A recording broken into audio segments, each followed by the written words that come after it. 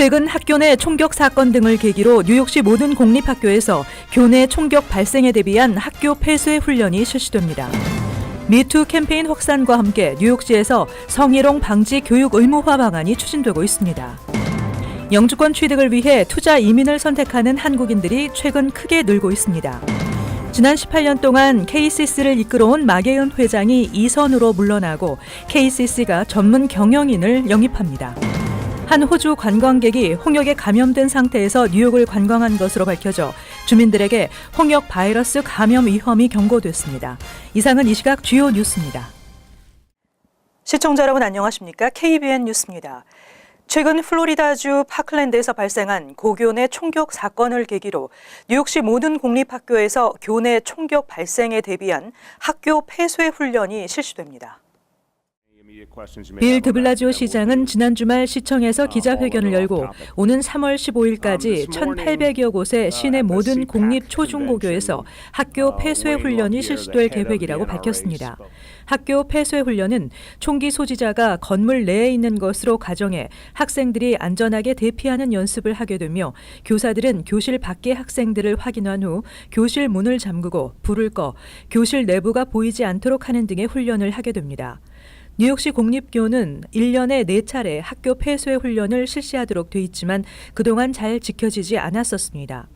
또 드블라지오 시장은 현 2017-2018 학년도 내에 모든 중고교에서 적어도 한 차례 이상 금속 탐지기 검색을 실시한다고 밝히고 그동안 학교의 금속 탐지기 검색이 교도소처럼 보여진다며 검색을 반대해온 시민단체 등에 공감해왔지만 학교가 안전해질 때까지는 이런 대책이 불가피하다고 강조했습니다.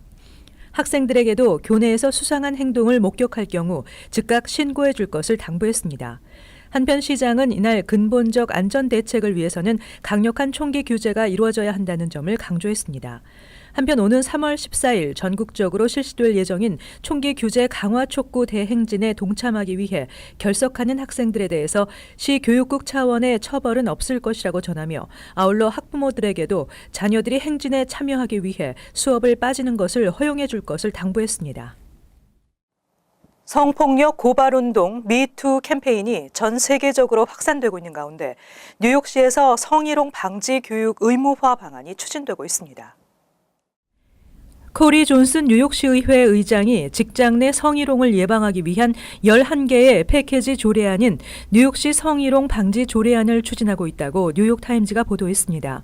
현재 이 조례안은 의회를 통과할 가능성이 높은 가운데 조례안이 통과되면 뉴욕시는 미국 대도시 가운데 민간 기업의 성희롱 방지 교육을 의무화하는 첫 번째 도시가 됩니다. 종업원 15명 이상인 모든 뉴욕시 사업체를 대상으로 하는 직장 내 성희롱 방지 교육 의무화 조례안이 시행되면 3만여 개의 뉴욕시 사업체가 영향을 받게 됩니다.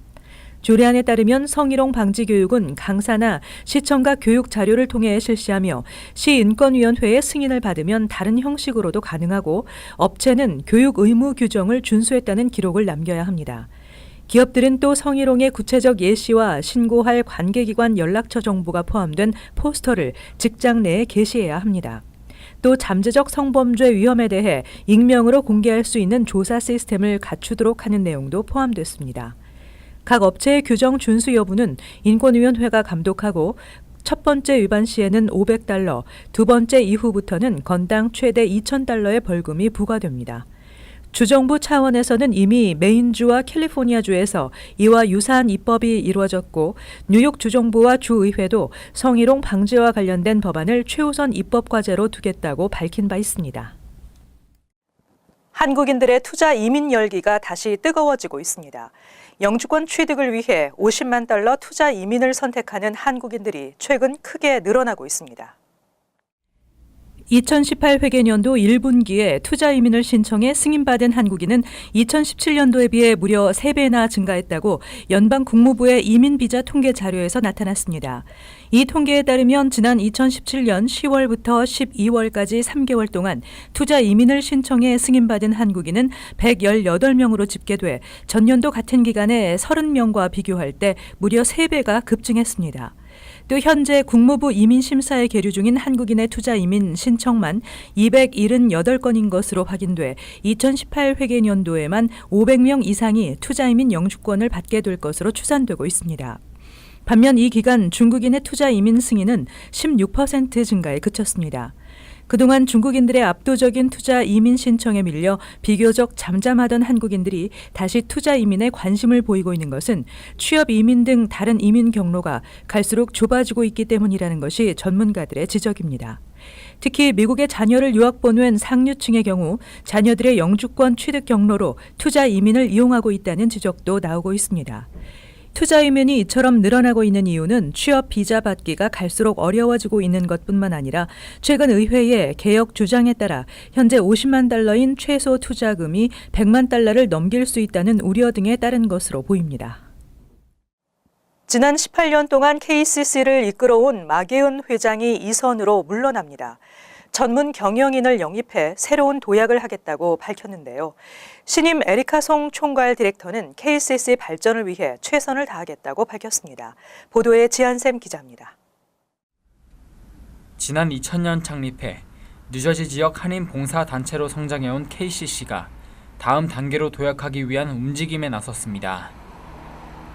KCC는 오늘 뉴저지 테너플라이에 위치한 한인 동포회관에서 가진 기자회견에서 지난 18년 동안 단체를 이끌어온 마계은 회장이 경영 일선에서 물러나고 전문 경영인을 영입해 단체 발전에 힘쓸 것이라고 밝혔습니다.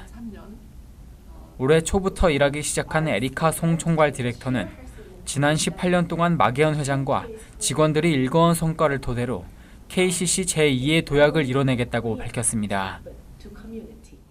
It's for all ages. 2 to 90. 그렇기 때문에 참 여러 가지 레그가 있는데 거기 하나를 이제 쌓아가고 우리 회장님이 너무너무 좋은 프로그램을 파운데이션을 다 깔아주셨어요. 그래서 이제 my job is to build on that. 마계은 회장은 지난 2015년 동포회관으로 새롭게 이전하고 2년 동안 단체 재정과 프로그램 안정화에 많은 시간이 걸렸다며 앞으로 뉴저지를 대표하는 한인 봉사단체로 발돋움하기 위해 젊고 유능한 인재들에게 바톤을 넘겨주기로 결정했다고 말했습니다. 이제는 많은 그 프로그램도 안정이 됐고 우리 스텝진도 안정이 돼서 여러분들을 모시고 우리 이제 다시 그 KCC가 새로운 도약을 시작하는 거를.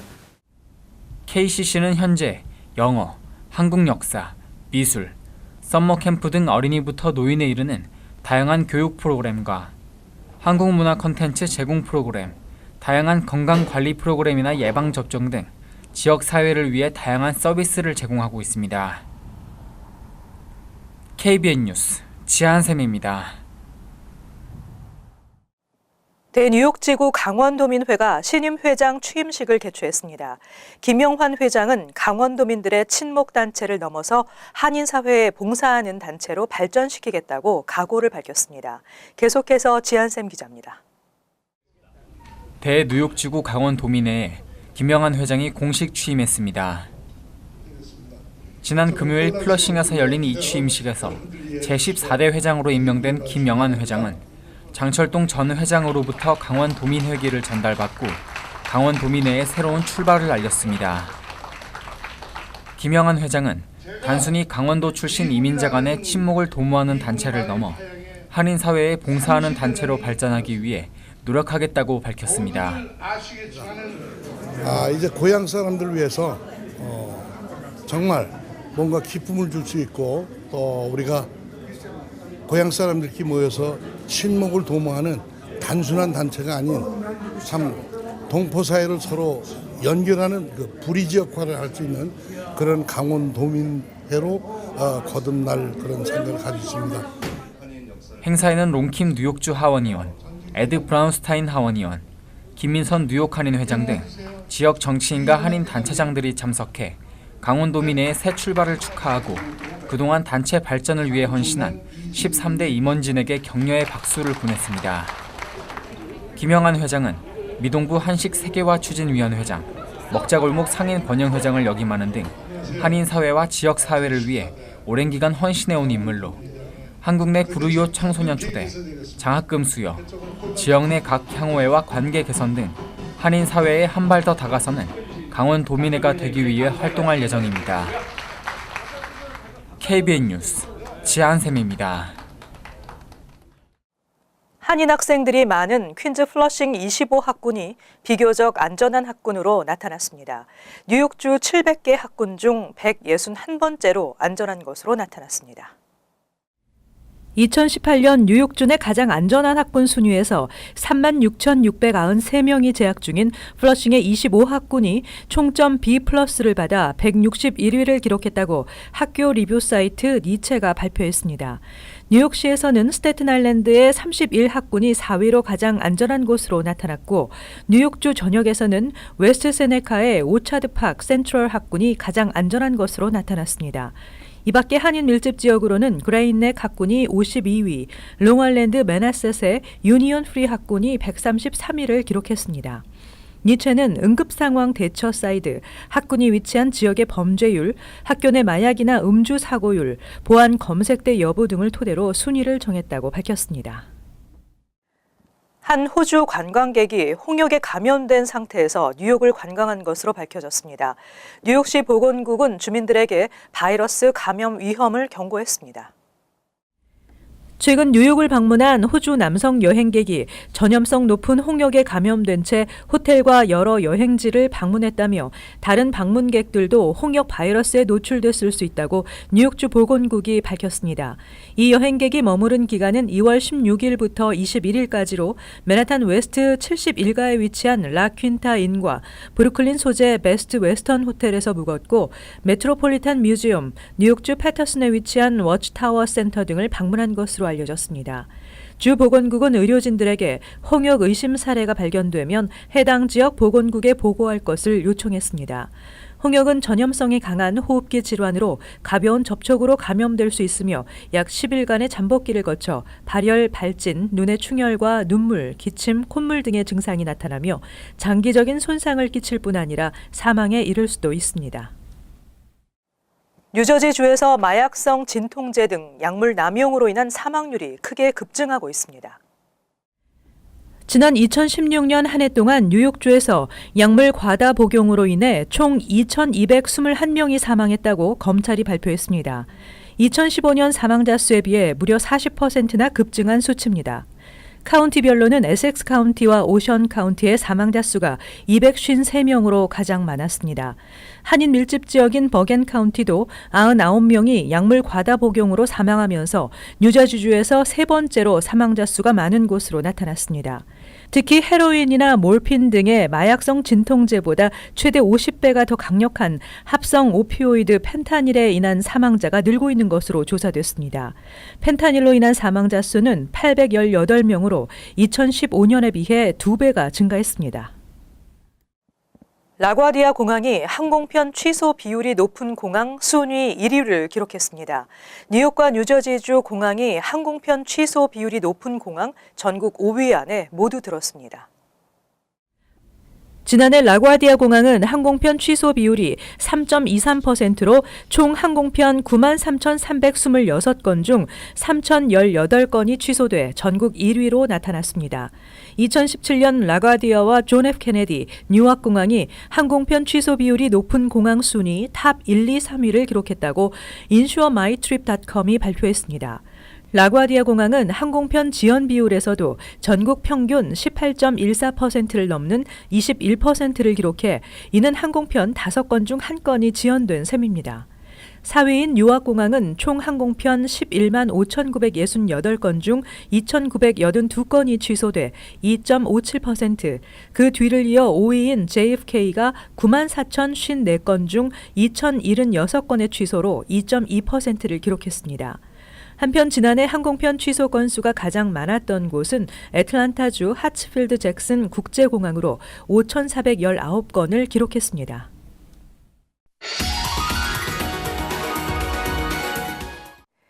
이어서 LA 지역 한인사회 소식입니다. 한인들을 대상으로 연방정부기관을 비롯한 주시정부에 자세한 취업 정보를 제공하는 취업 박람회가 오늘 LA에서 열렸습니다. 잡코리아 USA 산하기관인 비영리 단체 하이어링 페어 파운데이션은 오늘 LA 커뮤니티 컬리지에서 아시안을 대상으로 한 API, 아시안 퍼시픽 아일랜더 취업 박람회를 개최했습니다. 올해로 두 번째를 맞은 이번 행사엔 1000여 명이 넘는 구직자들이 참석해 큰 관심을 보였으며 특히 IRS나 LAPD 등 정부 기관이나 공직에 진출해 있는 한인들이 대거 참여해 한인 취업 준비생들을 대상으로 최신 채용 정보를 제공했습니다. 몰라서 못 오시는 분들이 많습니다. 그래서 이런 잡페어를 하면은 오셔서 궁금하시면은 그래도 질문이라도 하실 수 있고 저희가 도와드릴 수도 있고 하니까 리크루터를 만나서 진짜 경찰이 되고 싶으면은 이런 이벤트에 오셔가지고 인포메이션 받으시는 게 아주 중요하다고 생각을 합니다. 정부기관은 아주 좋은 베네피트도 많이 있기 때문에 job stability가 있죠, 요새 같은데. 그리고 베네피트도 많이 있기 때문에 아주 좋은 커리어를 살 수가 있기 때문에 이걸 많이 알려드리고 싶었습니다. 한편 잡코리아 USA는 오늘 행사에 이어 다음 달 9일 로즈미드 소재 웨스트 대학에서 한인들에게 40여 개 중국 기업들의 채용 정보를 제공하는 취업 박람회를 개최할 예정입니다. 벚꽃 시즌이 돌아오면서 LA 지역 곳곳에서 벚꽃 축제가 열립니다. 라캐나다 지역에 위치한 데스칸소 가든은 벚꽃이 봉우리를 터뜨리는 3월 한 달 동안 벚꽃을 감상하고 꽃꽂이 워크숍 등 다양한 행사를 즐길 수 있는 축제를 진행한다고 밝혔습니다. 벚꽃나무가 우거진 헌팅턴 비치 센트럴파크 역시 다음 달 18일 각종 댄스 이벤트와 뮤지컬 등을 즐길 수 있는 벚꽃 축제가 열릴 예정입니다. 이외에도 오는 4월까지 플라자 웨스트코비나와 토렌스 컬럼비아 파크, LA 인근 몬트레이 파크의 반스 공원에서도 연이어 벚꽃 축제가 진행됩니다. 이어서 간추린 소식입니다. 브롱스의 고교생이 교내 총기 사건을 계획한 혐의로 체포됐습니다.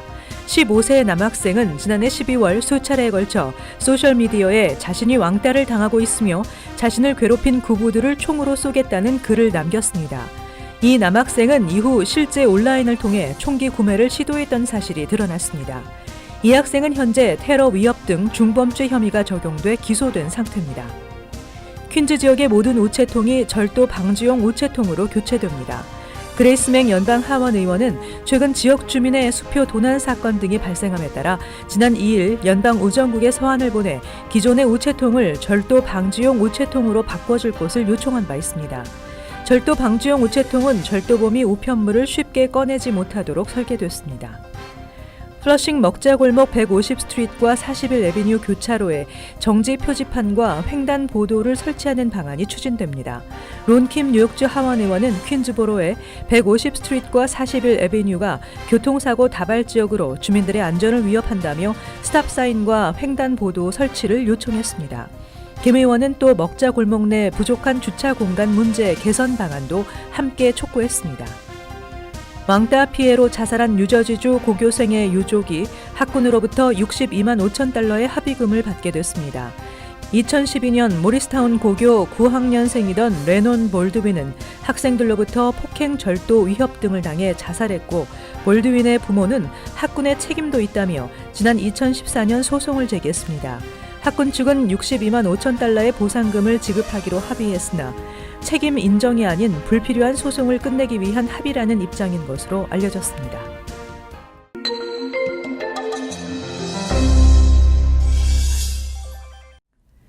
인권운동가로 잘 알려진 제시 잭슨 목사는 오늘 뉴욕 한인회를 방문한 자리에서 한반도 평화를 위해 자신이 직접 북한 방문을 희망한다고 밝혔습니다.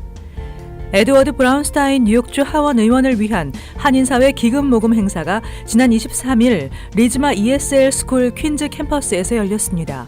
한인사회 인사 50여 명이 참석해 브라운스타인 의원의 삼선 도전에 힘을 실었습니다. 뉴저지 훈민학당 한국학교는 3.1절을 맞이해 역사 수업 시간에 나라를 위해 목숨을 바치신 분들을 기억하며 배우고 그룹으로 작품을 만들었습니다. 계속해서 환율과 증권 소식입니다.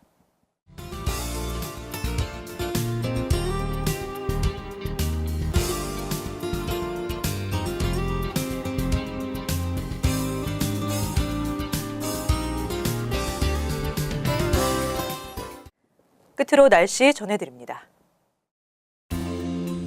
화요일 화창한 날씨 예상됩니다.